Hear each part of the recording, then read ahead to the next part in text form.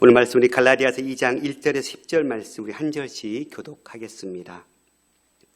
14년 후에 내가 바나바와 함께 디도를 데리고 다시 예루살렘에 올라갔나니 계시를 따라 올라가 네바 이가방 가운데서 전파하는 복음을 그들에게 제시하되 유력한 자들에게 사사로이 한 것은 내가 다름질하는 것이나 다름질한 것이 헛되지 않게 하려 함이라. 그러나 나와 함께 있는 헬라인 디도까지도 억지로 할례를 받게 하지 아니하였으니 이는 가만히 들어온 거짓 형제들 때문이라. 그들이 가만히 들어온 것은 그리스도 예수 안에서 우리가 가진 자유를 엿보고 우리를 종으로 삼고자 함이로되 그들에게 우리가 한시도 복종하지 아니하였으니 이는 복음의 진리가 항상 너희 가운데 있게 하려 함이라. 유력하다 하는 이들 중에 본래 어떤 이들이든지 내게 상관없으며 하나님은 사람을 외모로 취하지 아니하시니 저 유력한 이들은 내게 의무를 더하여 준 것이 없고 도리어 그들은 내가 무할례자에게 복음 전함을 맡은 것이 베드로가 할례자에게 맡음과 같은 것을 보았고 베드로에게 역사하사 그를 할례자의 사도로 삼으신 이가 또한 내게 역사하사 나를 이방인의 사도로 삼으셨느니라. 또 기둥같이 여기는 야고보와 게바와 요한도 내게 주신 은혜를 알므로 나와 바나바에게 친교의 악수를 하였으니 이는 우리는 이방인에게로 그들은 할례자에게로 가게 하려 함이라. 다만 우리에게 가난한 자들을 기억하도록 부탁하였으니 이것은 나도 본래부터 힘써 행하여 왔노라. 아멘. 저희가 설교 기회가 주어지면 이제 갈라디아서를 묵상하고 있습니다.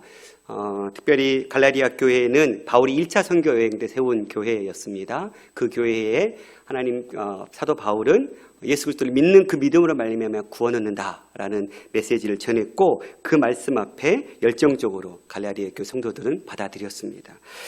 그러나 바울이 갈라디아를 떠나고 나서 얼마 되지 않아서 예루살렘 교회의 대표라고 얘기하고 있는 거짓 선생들, 즉 유대주의자들이 침투해가지고 바울이 전한 복음은 반쪽 복음이다. 너희가 온전히 구원을 얻으려면 그 반쪽 복음에다가 할례와 또 율법을 따르는 이것을 반드시 준행해야 온전한 구원을 이룰 수 있다. 이러한 가르침을 전했어요. 특별히 또한 그들은 바울의 복음과 그 사도직까지도 공격을 했는데 이유는 예루살렘 사도들로부터 바울은 복음을 전해받았고 특별히 너희들의 마음을 환심을 사기 위해서 지키기 어려운 어떤 율법이나 할례는 싹 제해버리고 마음에 너희들의 사람의 환심을 사기 위해서 그냥 예수 그리스도만 믿기만 하면 구원 얻는다. 이렇게 복음을 전한 것이다 라고 가르쳤다고 했습니다. 이런 거짓 가르침에 속아서 다수의 갈라디아 교회 성도들이 지금 원래 복음을 떠나서 다른 복음에 가려고 하고 있는 그 상황 가운데 바울은 지금 이 갈라디아 편지를 써서 다시 한번 갈라디아 교회 성도들에게 은혜 가운데 굳게 세우려고 하고 있는 장면이 있습니다. 그 권면의 요점은 그리스도 안에서 주신 그 자유를 포기하지 말고 율법 종교로 되돌아가서는 안 된다. 이게 바울의 논지였거든요. 특별히 1장에서 바울은 자신이 전한 복음과 사도직에 대한 변호를 하면서 인간을 통해서가 아니라 하나님으로부터 주어진 것이다. 그리고 오늘 본문에서 다시 한번 자신의 사도직분과 복음이 하나님으로 은혜 주어진 것이고 특별히 그러기 위해서 바울은 자신이 예루살렘 교회를 방문했던 일들을 꺼내주면서 특별히 사도들과 다른 사도들과 만났던 이야기들을 전해주고 있어요. 그러면서 그때 이루어진 예루살렘 교회와 바울 간의 상호적인 어떤 사역의 인정됨을 이야기하고 있는 본문입니다. 1절에 보니까 14년 후에 이 14년 후는 많은 학자들이 사도 바울이 회심하고 난 이후에 14년이라고 이야기하고 있습니다. 보통 32년경쯤 바울이 회심했다고 얘기하고 있는데요. 특히 사도행전에 보면 예루살렘 방문이 5번 나오고 있는데 특별히 베드로를 만나기 위해서 회심하고 3년 만에 아라비아에 갔다가 예루살렘으로 갔었죠. 그 베드로를 만났던 장면이 주 한 35년경 사도행전 9장과 갈라디아서 1장 18절에서 봤습니다. 그리고 두 번째로 예루살렘 교회에 헌금을 전달하기 위해서 주 약 44년경이라고 추측하는데 사도행전 11장에서 이야기가 나오고 있어요. 또 세 번째는 예루살렘 공의회, 종교회의에 참석하기 위해서 약 49년에서 50년 사이에 종교회의가 벌어졌는데 사도행전 15장의 이야기입니다. 네 번째가 2차 전도여행 말미 때 예루살렘에 갔다가 거기서 빌립보 감옥에, 가이사랴 감옥에 갇히게 되거든요. 그게 사도행전 18장의 이야기고, 마지막 예루살렘 방문으로 투옥되고 로마행으로 이송된 때가 이제 57년경쯤에 이렇게 이야기를 하고 있습니다. 특별히 그러면 이 지금 14년 후에 예루살렘에 올라갔다라고 하고 있는 이게 언제 방문인가? 많은 학자들은 두 번째 방문일까라고 추측합니다. 어떤 학자들은 세 번째 방문, 즉 예루살렘 공의회 때 방문한 것이라 얘기도 하지만, 갈라디아 전체 문맥 속에 만약에 예루살렘 공의회에 참석한 이후라면 그 예루살렘 공의회에서 결정된 내용들을 가지고 갈라디아 편지를 썼을 것 같은데, 아직 결정되지 않은 율법과 이 복음의 관계에 대해서, 율법에 대해서 장황하게 설명하고 있거든요. 회의에 참석했다면 그냥 그 회의의 문안들을, 결정문을 제시하면 됐을 것 같잖아요. 그래서 아마도 두 번째 방문인 것 같아요. 그러면 44년경에 아마도 방문했던 것 같아요. 그때 바나바와 함께 디도를 데리고 예루살렘에 올라갔어요. 바울은 물론 유대인들에게도 굉장히 인정받는 그런 제자였죠. 사도행전 11장에 보니까 그를 표현할 때 이렇게 얘기하고 있습니다. 24절을 보면 바나바는 착한 사람이요 성령과 믿음이 충만한 사람이라 이에 큰 무리가 죽게 더하여지더라. 그러니까 굉장히 예루살렘 교회에서 인정받았던 바나바가 지금 바울과 함께 가고 있어요. 특별히 바나바는 바울의 1차 전도 여행 때 함께 동행했던 사람이죠. 그래서 갈라디아 교회 성도들은 이 바나바를 이미 만났고 이미 알고 있었어요. 그래서 아마도 바울은 이 익히 알고 있는 바나바, 그리고 디도랑 같이 가고 있는 이 디도는 디도서 1장 4절에 보면 참 아들이라고 표현하고 있거든요. 그러니까 아마도 바울로 인해서 복음을 전해 듣고 회심자 가운데 한 명이었을 것 같아요. 그런데 이 디도는 이방인이었어요. 어머니는 헬라인이었지만 아버지는 이방인이었기 때문에 이방인 출신이었거든요. 그래서 이방인을 왜 데리고 갔을까? 이거 3절에 이제 그 데리고 간 이유가 나타나게 됩니다.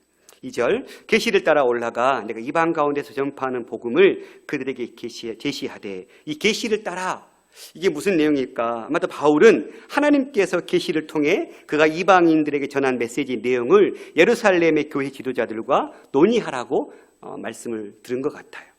그들이 바울의 사역을 이해하고 인정해 주도록 하기 위해서, 특별히 여기서 바울의 요점은 자신의 예루살렘 방문이 사도들의 어떤 요청 때문이나 아니면 그 사역, 자신의 사역에 대해서 사도들과 상의해서 간 게 아니라 하나님께서 계시를 따라 나를 이 예루살렘에 가게 했다. 그럼 이 계시가 구체적으로 무엇일까? 사도행전 11장에 28절부터 등장하고 있는 이 아가보의 흉년 예언인 것 같다고 학자들은 얘기하고 있습니다. 그 중에 아가보라 하는 한 사람이 일어나 성령으로 말하되 천하에 큰 흉년이 들리라 하더니 글라우디오 때에 그렇게 되니라. 이 글라우디오 황제는 AD 41년에서 54년경에 통치했던 로마의 황제거든요. 그 어간에 이 일들이 일어났는데 제자들이 각각 그 힘대로 유대에 사는 형제들에게 부조를 보내기로 작정하고 이를 실행하여 바나바와 사울의 손에 장로들에게 보냈다. 아마도 이때 하나님께서 바울에게 그런 하나님의 계획하심들을 말씀해 주셨고, 결국은 이 예언을 계기로 바울과 바나바가 예루살렘으로 파송되게 되었고, 바울은 하나님이 주신 이 기회를 사용해서 교회 지도자들과 대화할 수 있는 길들이 열려졌던 것 같아요. 그러니까 무슨 얘기예요? 누군가의 요청에 의해서 내가 간 것이 아니라 하나님의 계획하심 속에서 하나님께서 나를 이 예루살렘 교회로 보내게 되었고, 거기서 나는 하나님의 뜻 가운데 사도들과 만나서 내 복음에 대해서 이야기하게 되었고 복음이 인정받게 되었다. 이것을 지금 얘기하고 있는 것입니다. 그때 유력한 자들에게 사사로이 한 것은, 사사로이라는 말은 개인적으로라는 말이잖아요. 그러니까 어떤 공식 석장에서 바울을 불러다가 네가 지금 전한 복음이 어떤 복음이었는지 설명해봐, 이런 요청을 받은 게 아니라는 거예요. 하지만 내가 개인적으로 유력한 자들, 그러니까 아마도 성경에서도 나오고 있지만 바나바나 요한이나 야고보 같은 그런 유력한 사도들에게 내가 개인적으로 가서 내 복음을 설명했던 이유는 내가 다름질한 것이나 다름질한 것이 헛되지 않게 하려고, 내가 개인적으로는 내가 전한 복음의 내용들을 설명했지만 내가 어떤 공식 석상에서 내 복음을 대해서 이것이 옳고 그름을 증명한 적이 없었다, 이 이야기를 하고 있는 것입니다. 2, 3절 그러나 나와 함께 있는 헬라인 디도까지도 억지로 할례를 받게 하지 아니하였으니 이는 가만히 들어온 거짓 형제들 때문이라. 그들이 가만히 들어온 것은 그리스도 예수 안에서 우리가 가진 자유를 엿보고 우리를 종으로 삼고자 함이로되. 함께 갔던 디도, 이 헬라인 디도인데 이 디도에게 뭘 안 했다라는 거예요? 억지로 할례를 받지 않게 했다. 무엇 때문에요? 가만히 들어온 거짓 형제들, 즉 유대주의자들은 바울의 복음이 온전치 않고 반쪽 복음이고 거기에 할례를 받아야 되고 율법을 지켜야 된다고 얘기했던 사람들이 왔어요. 근데 그들이 와 있는 상태에서 만약에 내가 디도에게 할례를 행하면 그들이 보기에는 우리 때문에 할례를 주는구나 하고 오해 살 수 있으니까 하지 않았다라는 거예요. 근데 이 일을 자세히 보면 이 바울의 복음 지시받은 예루살렘의 지도자들도 바울이 함께한 이방인 즉 디도에게 할례를 강요하지 않았다는 것을 알 수 있어요. 그러니까 바울도 디도에게 할례를 하지 않았을 뿐만 아니라 예루살렘의 지도자들도 할례를 행하지 않은 디도에 대해서 가타부타 말이 없어요. 그 말은 무슨 얘기예요? 존중해줬다는 얘기예요. 할례 받지 않아도 된다. 이방인이라도 예수 그리스도를 믿는 믿음만 가지면 된다. 이것을 암암리에 지금 지도자들도 인정해주고 있다. 이 이야기를 하고 있는 것이에요. 그러면서 그리스도 예수 안에 있는 우리가 가진 자유를 엿보고 우리를 종으로 삼고자 함이로되. 그들은 즉 유대주의자들은 우리는 이미 예수 그리스도 안에서 참된 복음 안에서 참 자유를 맛본 존재들이죠. 우리는 이제 죄에 얽매였던 그 삶에서 이제는 참 자유자의 삶으로 바뀌었어요. 그런데 여전히 유대주의자들은 다시 우리 참 자유를 맛보고 있는 우리를 다시 율법의 노예로 우리를 얽매게 하려고 하는 이 행동들을 하고 있는 것이라는 거예요. 그러니까 나는 그들의 보기에 그런 것들을 인정되게 할 수 없어서 나는 할례를 행하지 않았다. 다시 율법과 어떤 형식의 노예로 그 자리에 가게 하지 않기 위해서 나는 디도에게 할례를 의무화하지 않았다. 설명해주고 있는 것입니다. 5절 그들에게 우리가 한시도 복종하지 아니하였으니 이는 복음의 진리가 항상 너희 가운데 있게 하려 함이라. 그들은 누구예요? 유대주의자들을 얘기하죠. 한시도 복종하지 않았다. 이 복종하지 않았다는 말은 히포타케라는 말이 종속되다는 뜻이거든요. 그러니까 단순히 복종하지 않은 것뿐만 아니라 아예 종속되기를 거부했던. 그러니까 다시 말하면 그들의 거짓된 자들의 그 어떤 거짓 진리, 거짓 말에 대해서 수용하거나 받아들이지 않았다. 추호도 뭐 때문에요?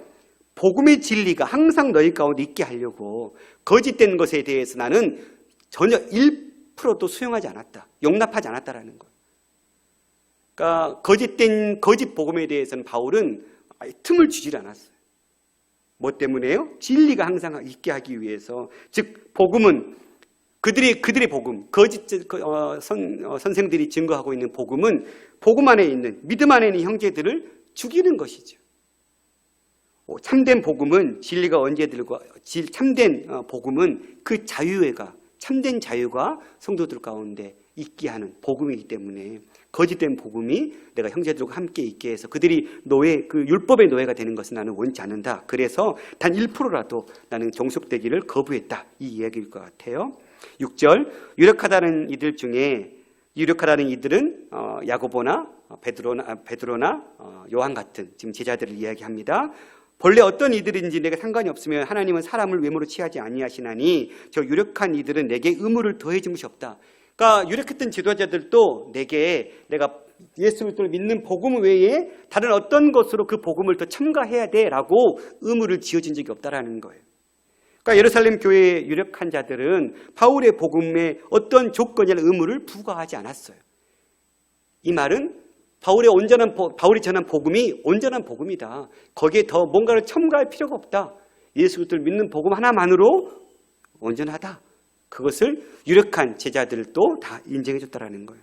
도리어 그들은 내가 무할례자에게 복음 전함을 맡은 것이 베드로가 할례자에게 맡음과 같은 것을 보았고, 그러니까 오히려 유력한 지도자들은 뭘 보았다라는 거예요? 무할례자에게 복음 전함을 맡은 것이. 바울은 누구에게 갔어요? 이방인에게 갔어요. 그들은 무할례자들이죠. 그들에게 복음 전함을 맡았어요. 그리고는 베드로는 할례자들에게, 유대인에게 복음을 전하기 위한 사명을 받은 거예요. 복음은 같은 복음이지만 다른 사역임을 지도자들이 인정했다라는 거예요. 같은 복음을 가지고 그 복음을 전해야 되는 사명은 다르다라는 거예요. 바울은 무할례자들에게, 베드로는 할례자들에게 같은 복음을 가지고, 다른 복음이 아니라 같은 복음인데 그 복음을 전달하는 사역에 있어서는 그런 차이점이 있다는 것을 인정했다. 복음을 듣게 될 대상의 차이만 다를 뿐이지 복음 자체는 같은 복음이다, 이 이야기를 하고 있는 거예요.